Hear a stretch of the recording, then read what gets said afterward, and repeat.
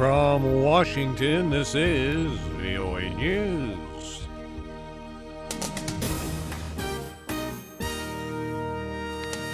Another push for Middle East peace. A second round of talks on Iran's nuclear program about to begin. I'm Ray Kouguell reporting from Washington. U.S. Secretary of State John Kerry says serious effort is needed from both Israelis and Palestinians to make the hard decisions needed to bring about a two-state solution to their decades-long crisis. Secretary Kerry met separately Wednesday in Israel with Prime Minister Benjamin Netanyahu and Palestinian President Mahmoud Abbas. VOA's Scott Stearns reports. 3 months into what's scheduled to be 9 months of peace talks, Kerry says he's confident the sides have the ability to make progress. But there's been little apparent progress toward a two-state solution. Prime Minister Netanyahu told Kerry that Israel wants peace and Palestinians are the ones delaying an agreement. I'm concerned about their progress because I see the Palestinians continuing with incitements, continuing to create artificial crises, continuing to avoid and run away from the stark decisions that are needed to make a genuine peace. Scott Stearns, VOA News, Bethlehem. Swiss forensic scientists say samples taken from the exhumed corpse of the late Palestinian leader Yasser Arafat show unexpectedly high levels of the lethal radioactive isotope polonium-210. The findings from specialists at the University of Lausanne were released in a 108-page report and posted online by the pan-Arabic television network Al Jazeera.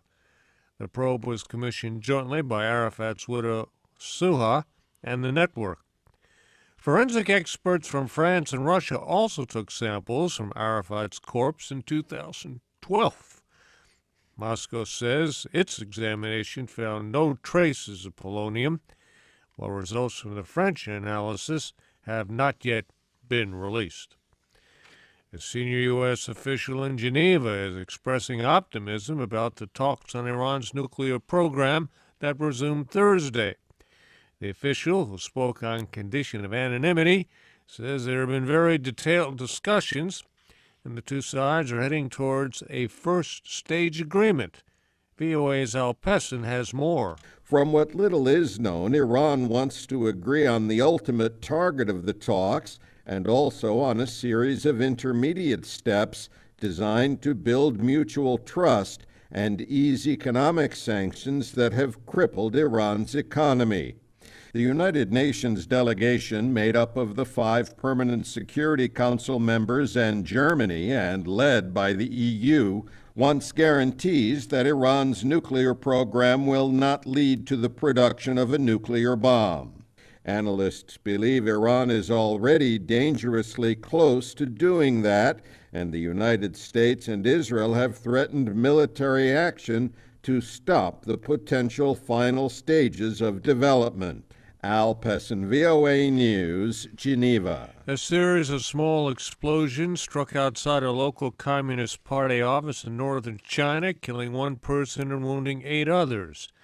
Officials in Shanxi province say the apparently homemade bombs went off Wednesday in Taiwan. A rebel group in the Eastern Democratic Republic of Congo started to surrender its weapons Wednesday, a day after it said it would. The group said it was giving up its fight. A UN representative to Congo declared the end of M23, saying about 15,000 people displaced by recent fighting in the area are coming back home. France says its timetable for withdrawing troops from Mali remains firm, despite an upsurge in violence, including the kidnapping and execution of 2 French journalists. French and Malian authorities continue to search for the 4 armed men who grabbed the journalists last Saturday in the northern rebel stronghold of Kidal. VOA's Ann Look reports. Radio France International reports that dozens of people have been arrested in northern Mali in connection with the killing of Arafat journalists Ghislain Dupont and Claude Verlon outside Kidal on Saturday. The French government says the killings were the work of, quote, terrorist groups. French newspaper Le Monde is reporting possible links between the kidnappers and al-Qaeda in the Islamic Maghreb. The grabbing of the two journalists came just days after the liberation of 4 French hostages in neighboring Niger. And look, Dakar. The Colombian government and rebel negotiators have reached a fundamental agreement to allow the rebels to take part in national politics once they end their insurgency. The deal, announced Wednesday in Havana as part of year-long peace talks between the government and the Revolutionary Armed Forces of Colombia, better known as FARC. FARC has been fighting a 50-year-long guerrilla war against the Colombian government.